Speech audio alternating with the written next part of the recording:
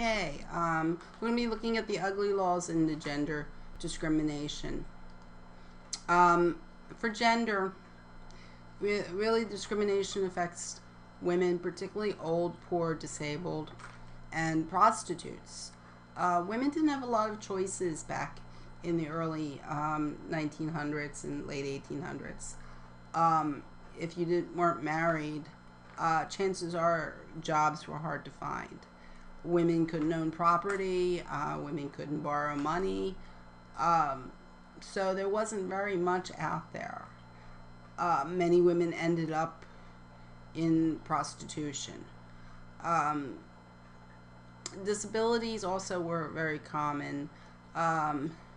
You could become disabled just simply from an accident, like a broken leg. Not to mention, of course, diseases like syphilis, which was rampant. You also had a much even greater stigma on those that were transgendered or cross-dressers or homosexuals. In many cases, these were life-threatening conditions. People would easily be killed for being someone who's transgendered or a cross-dresser or even a homosexual. The old woman beggar becomes a motif that we see a lot throughout the ages. But what choices do older women have? They usually outlived their husbands, and again, they weren't often able to have property. So unless they had children to care for them, they usually ended up resorting to begging.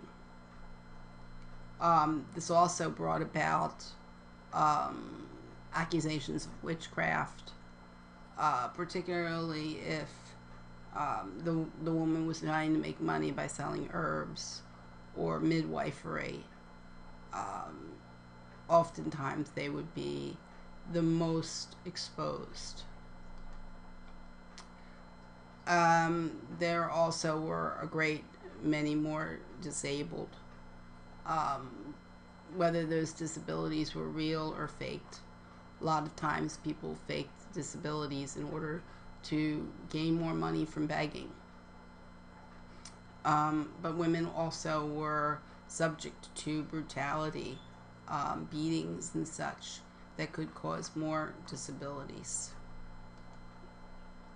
The old crone is a famous motif of this old begging woman, and it comes from factualization in which older women who lived alone and did not have support would be able to come to the back of houses and oftentimes receive food or other charity elements. Another picture of an old crone. But the stereotype of the old crone quickly becomes the witch, as you can see from the Disney cartoon, and that witch often ran into problems. Women also were victimized by having their bodies displayed. This is a case of someone who had an unusual bottom, and because of that, her body was often displayed. This is the case that happens often in different situations, but again, this idea of the atypical body being subject to others. Prostitution is literally one of the oldest professions and has existed for centuries, of course.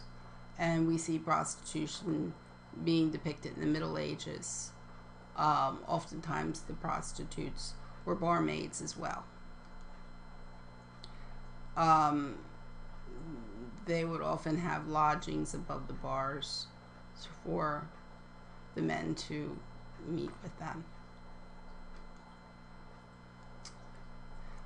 There also were brothels, of course. This is a picture of a Japanese brothel. This is a picture from a New Orleans brothel. This is the bottom area, and this is where the women would entertain the men.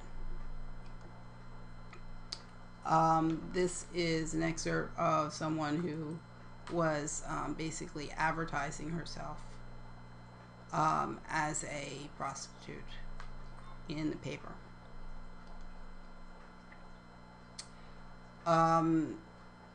Medieval stews were bathhouses where sometimes homosexuals would meet, or you would have women, young boys sometimes, and the men would be bathed by them and fed.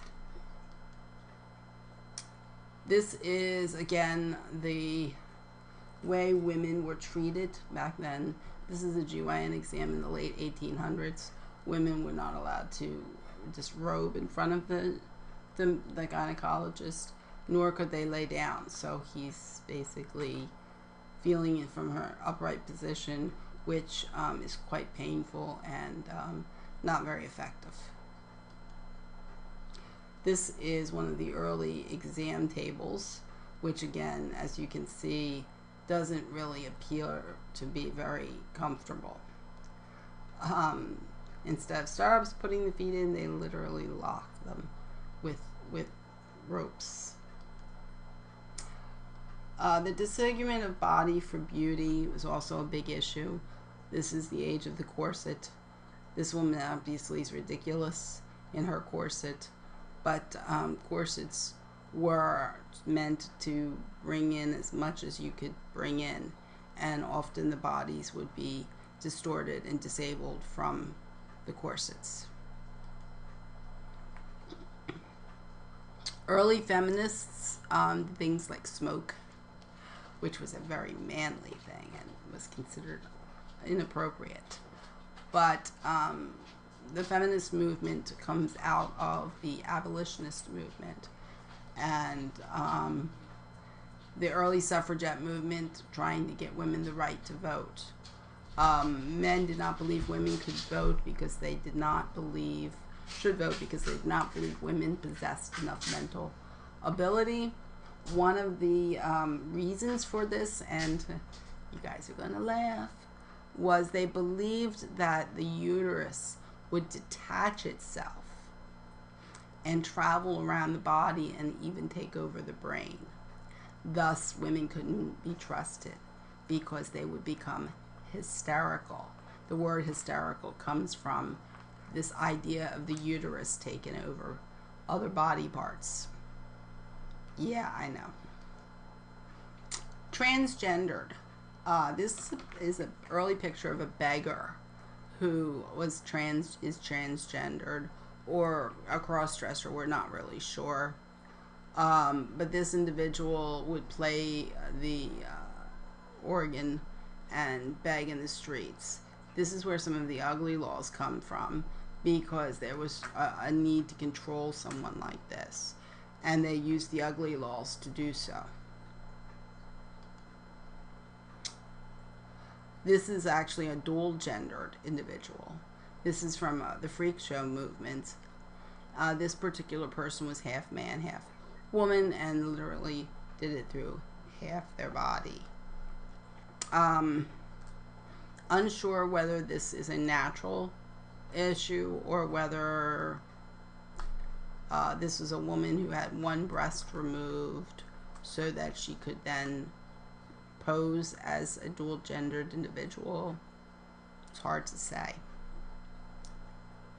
And the male genitalia is not depicted, though there were real hermaphrodites. Those individuals usually had both genitalia.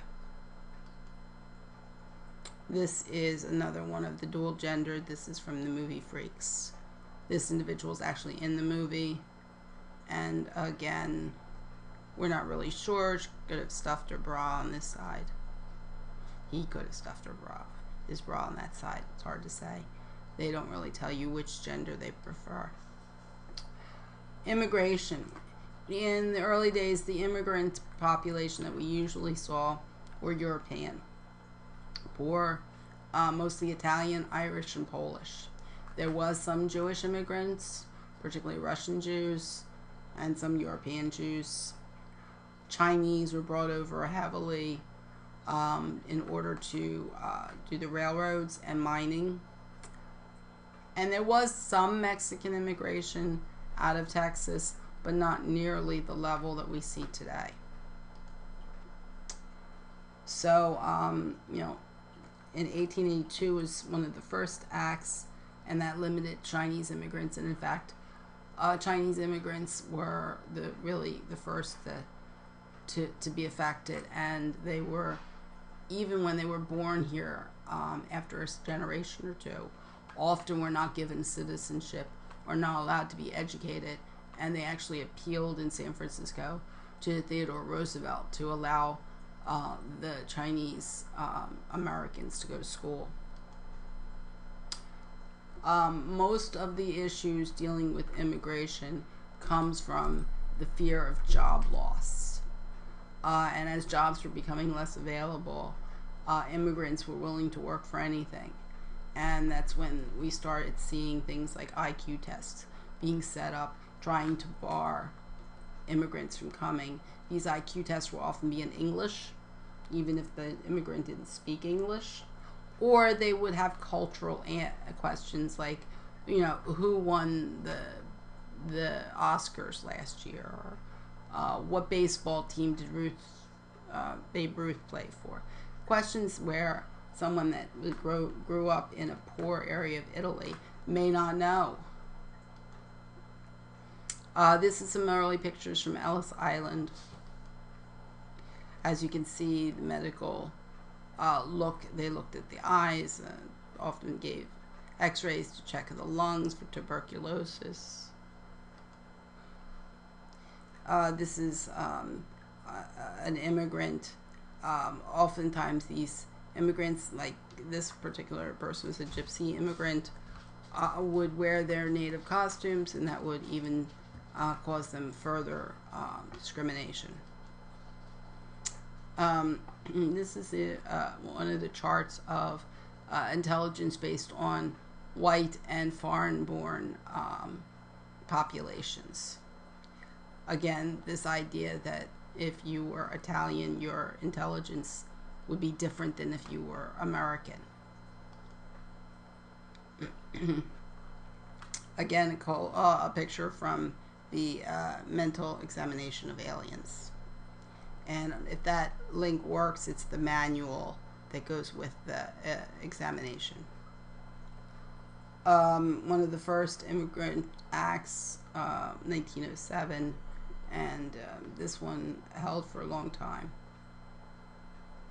As you can see, it excluded imbeciles, feeble-minded persons with physical or mental defects that may affect their ability to earn a living, persons afflicted with tuberculosis, children unaccompanied by their parents, persons admitted the commission of a crime involving moral turpitude, and women coming to the United States for immoral purposes, which meant oftentimes focusing on single women. Let's see. Further issues and some more pictures for you. As you can see, many of them are costumed in their native outfits, and that causes them to be depicted more.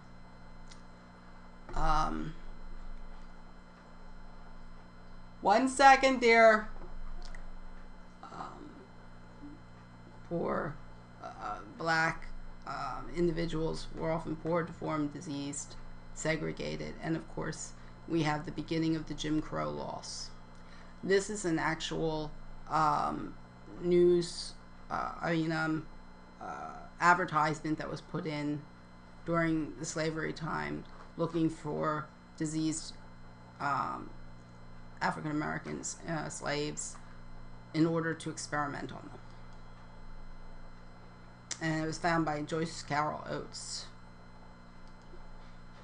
Plessy versus Ferguson is one of the worst of the Supreme Court cases, this was the one that basically continued slavery, and it was also the beginning of the laws against interracial marriage. And as you can see, this is some more. Another one. They believed that if you had just one drop of non-white blood, you were non-white. And that's this idea of mongrelization. Some more issues for you to read. One of the exemptions from being colored was this tracing your tree back to Pocahontas.